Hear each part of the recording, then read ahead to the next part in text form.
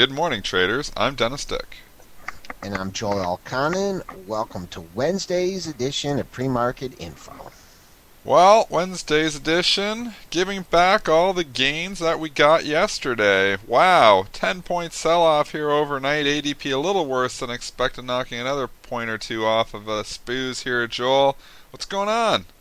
What you do? Did you go home short? Did you fade all those market on buy orders and just get short and stay up all night I just did hitting the not. I wish I S&Ps? woulda. I wish I was that smart to get short overnight, but man, this is impressive. This little bit of sell-off here, obviously after yesterday's strength. If you look at it, we missed the high from Tuesday by just a tad there. 91.75 we got up to, and 92 and a quarter was Tuesday's high. So for you folks leaning on Tuesday's high, you got a good position there. Really like a number on the downside, Dennis.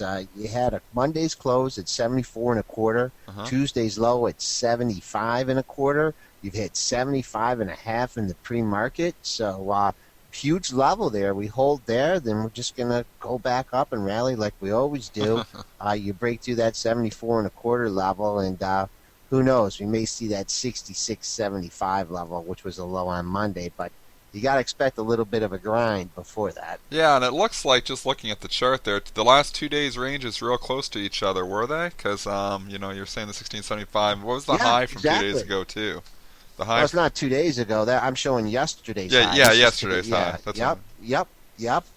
We basically have traded the entire range from yesterday in the pre-market. So obviously, for it obviously to continue down here through the 1675, we'd have to get an extended range here. So I think you're right. I think you might find some buyers come in. Whoever was caught short yesterday, in the mid 1670s here. So I'd keep an eye on that same number you're talking about, that 1675.50 level there, Joel.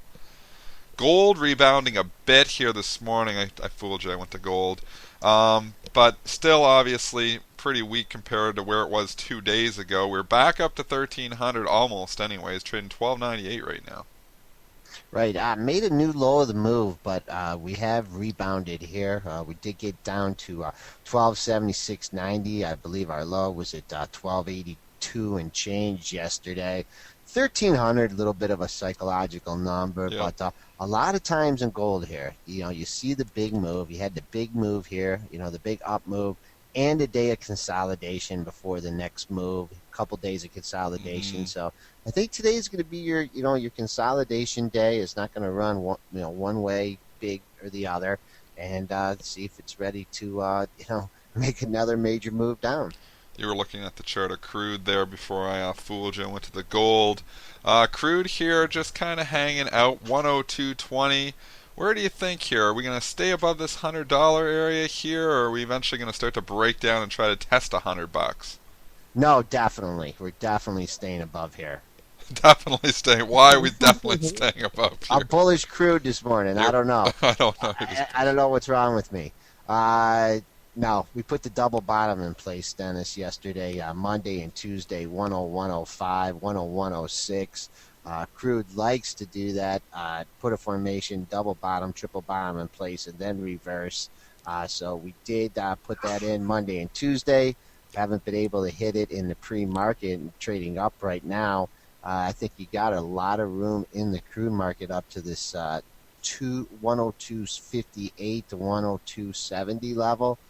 Double top in there, and so well-defined range for crude. I think if you're a swing trader here, you can lean on that double bottom, and I think if we get above 102.80 here, you're going to have really take back some of the move. If we've cascaded down here from 110, I mean, we traded above 110 here at the end of August up to 111.64. So swing traders, if you're looking for a level to lean on, it's on that 101.05 level. Let's move on to some of the main stocks here in the S&P, starting with Apple, because Icahn yesterday flexing his muscles here once again. Obviously putting $5 or $6 there when he's tweeting out, discussions with Tim Cook and potential buybacks.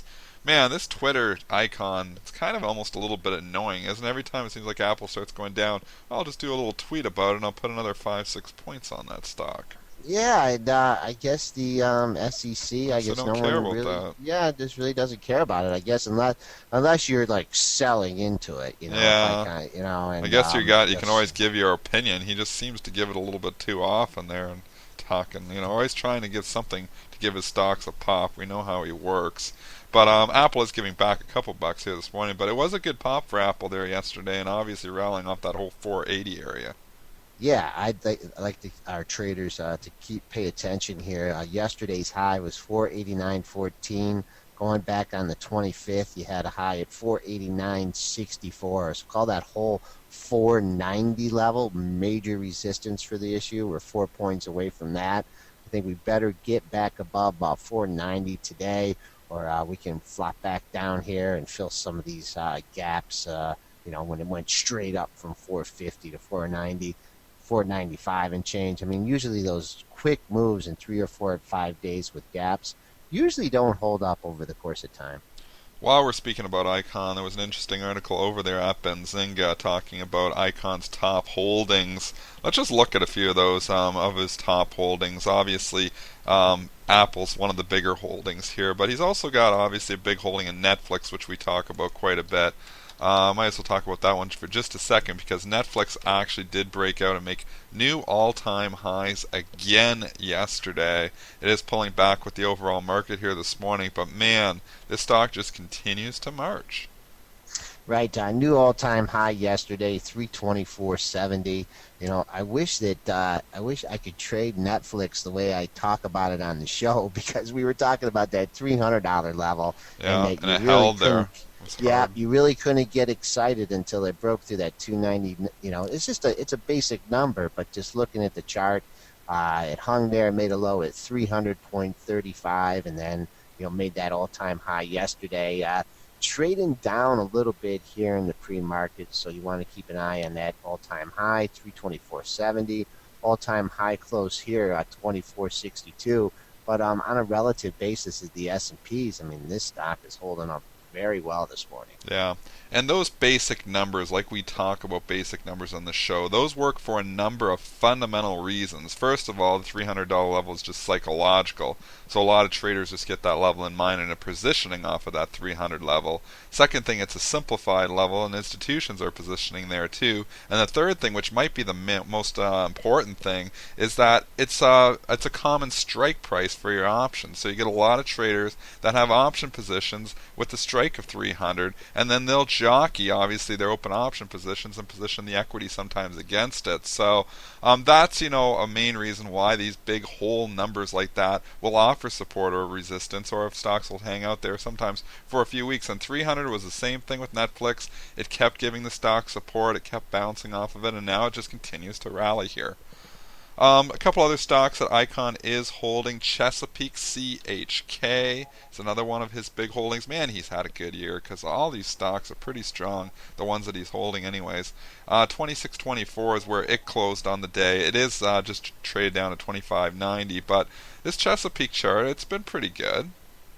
Right, he wanted to get rid of the CEO, and that did come to fruition here. Has had a nice up move. Not trying to pick a top in it, but I keep an eye on currently where we're trading here. We had yesterday's low at 25.83. We had a low at 25.63 on Monday, and then going back a ways further here, you had a double bottom at 25.74.76. So maybe Carl has a big sell stop here at 25.70 or whatever, but it takes that level out, Dennis, and you could be seeing $25 here pretty quickly.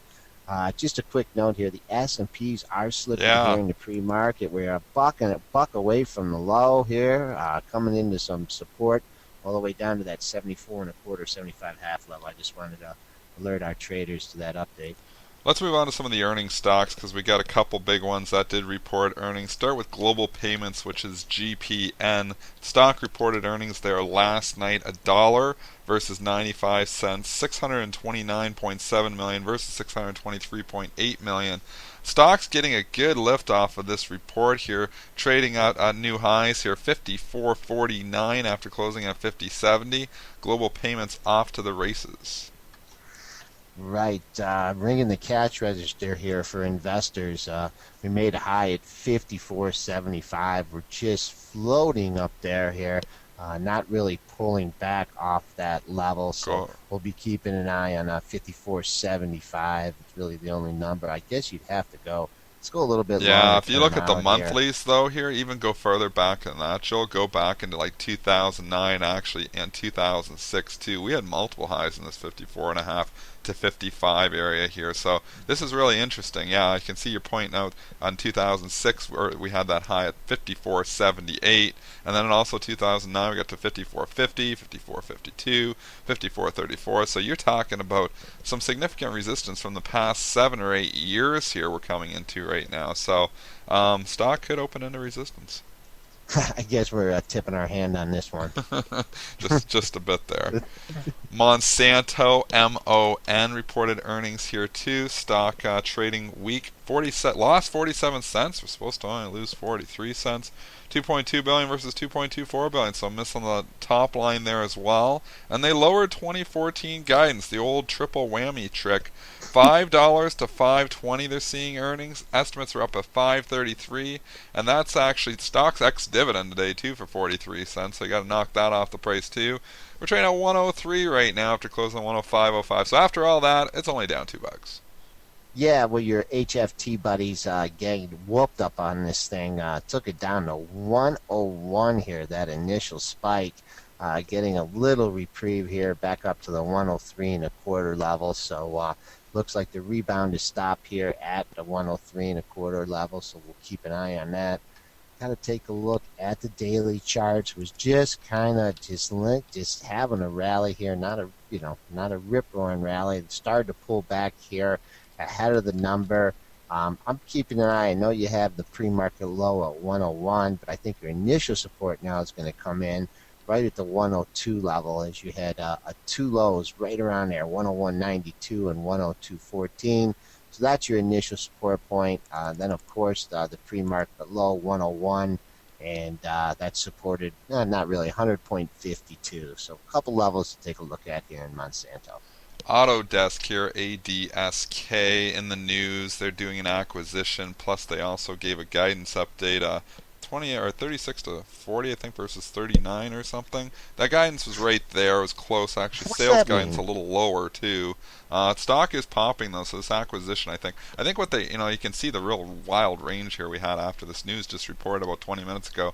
Stock got down to 38.88, where it did indeed look like they were lowering guidance. But then this acquisition being announced with it and everything, and the stock's actually trading up here now at 41.75.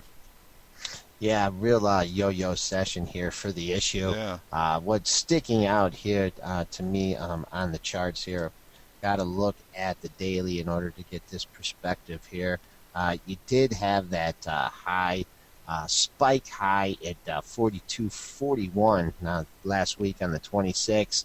But then you got back up to this 42.11 level and stopped at 42, bumping up against 42 in the pre-market. So I'm looking for resistance here, 42.11 and then 42.44. Got some key upgrades and downgrades this morning. Start with Tesla here, TSLA. They are getting downgraded. Believe it or not, somebody downgrading Tesla. Heaven forbid. Downgrading Barrett is downgrading them, lowering the price target to 255 from 290. So I guess they're still bullish the stock. I don't know why the price target and the downgrade and the price target is still $60 above here. But the commentary pretty interesting. They're saying Tesla reflects flawless execution, and any hiccups in their execution could present stock price risk.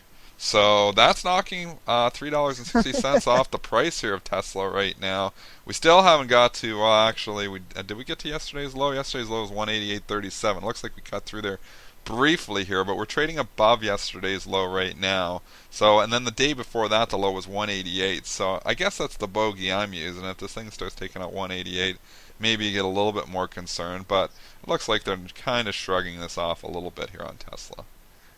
187.16 was the initial spike down and getting a little bit of a bounce here.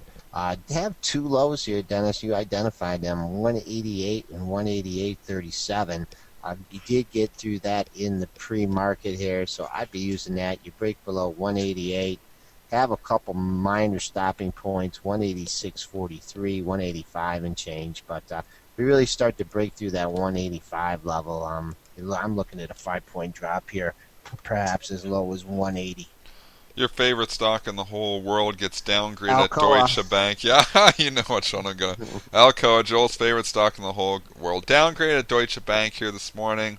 Actually, it's down pretty significantly here. It Closed at is. 817, trading 791. That's knocking it down pretty good here. Here's a stock. Obviously, it's been eliminated from the Dow. They really haven't been able to do anything right here for the longest time. 775, you're looking back at the charts. There was big support there, but we're still 17 cents away from there. Yeah, usually, a huge move like this in a thick, issue does get a little bit overdone here. Looking at the pre-market, you did get to 788 and then had a bounce. So I think anytime if you can sneak back into the 8 handle here, you had an 804 low and it won't get to the close today, 817, but two lows between 804 and 807. I think people will be happy to see this in the 8 handle again, so I look for that to be substantial offers. It's actually rallied off the news when it was taken out of the Dow, and it's now starting to give it back. But looking at the charts here, you had a 785 low on September 6th, so that supports the pre-market low at 788. Barrick Gold upgraded at Deutsche Bank. We just talked about gold itself rallying. Barrick's getting a little bit more of a rally because of that upgrade. Trading at 1835 right now, closed at 1803. Kind of bounced off support. It took it out a little bit yesterday at 1785. The whole support was right around 1795 to 18, so trading a bit below it. But the close back above 18 gives it a lift, and obviously this morning getting a good lift from the little rally in gold, but from the upgrade at Deutsche Bank. Right, 1835 here we're trading at in the pre-market. We've made a high at 1841. These kind of upgrades here, in a stock that's obviously in a long-term downtrend, sometimes makes you a little bit skeptical here. I'd say opening in the resistance at yesterday's high, 1827, up trading at 1835. So if you want to go with the Deutsche Bank upgrade here, that's just one of those situations where if you don't get follow through on the open, perhaps up to the 880 level, 870 level, this could flop right back down to the close at 1803. Pandora's just popping here too. They just announced their audience metrics. I don't have the numbers. Maybe if Brent's listening, you could pop in with the numbers on Pandora of the audience there. It's popping here about 90 cents right now. This is just in the last 2 minutes here. Close at 25.53. It's trading up at 26.35. The audio metrics on Pandora definitely more people are listening to it, right? Maybe we should be available on Pandora. We got to spike up to 26.63. We've pulled back here a little bit. Let's look at the dailies here. You did have some good resistance just under 26 here, a couple highs at 25.84, 85. So if that holds, that's a level I'd be looking at and see if it can not relinquish its gains. Did have a high at 26.42 on the 23rd, and besides that high at 26.42, you open up to the 27 handle, where 27.50 has been the all-time high in Pandora. Looks like Pandora reports September total listener hours up 18% to 1.36 billion. Active listeners up 25% to 72.7 million. So U.S. radio listening share 7.77%. That's from the Benzinga News Desk. And that is why the stock is popping here, that dollar all of a sudden. Do they make any money? I don't think so. I don't think they make a lot if they do. Hey, this doesn't matter. Amazon doesn't make money, and they keep going up for the last decade, I feel like. So, Amazon, actually, we might as well talk about Amazon. We haven't talked about them for a while, and it broke out to a new 52-week high and all-time high yesterday there again, too. And when's the last time Amazon, they make a few cents maybe, but they never make much. And here's a stock. It doesn't matter what the multiple is. It just keeps rallying. Right, made that new high yesterday, so if you've been holding on to the stock in your portfolio, keep an eye on the all-time high close here of 320.95, 321 high.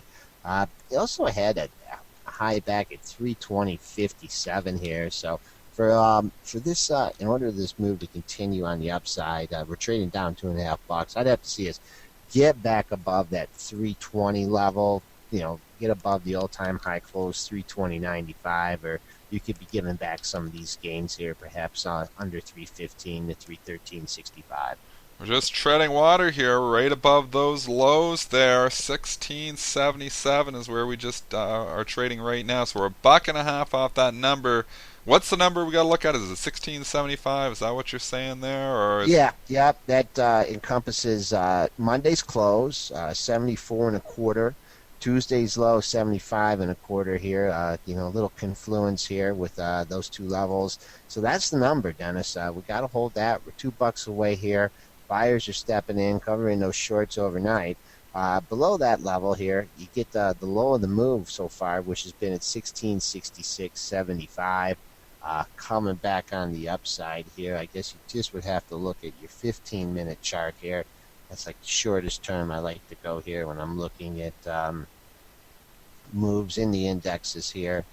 And if you pull that up, you can see we're finding some minor intraday resistance here above the 1680 level, called 1681. So that would be your resistance on the upside. that's our show for today. Have a great trading day, and we'll be back at you tomorrow.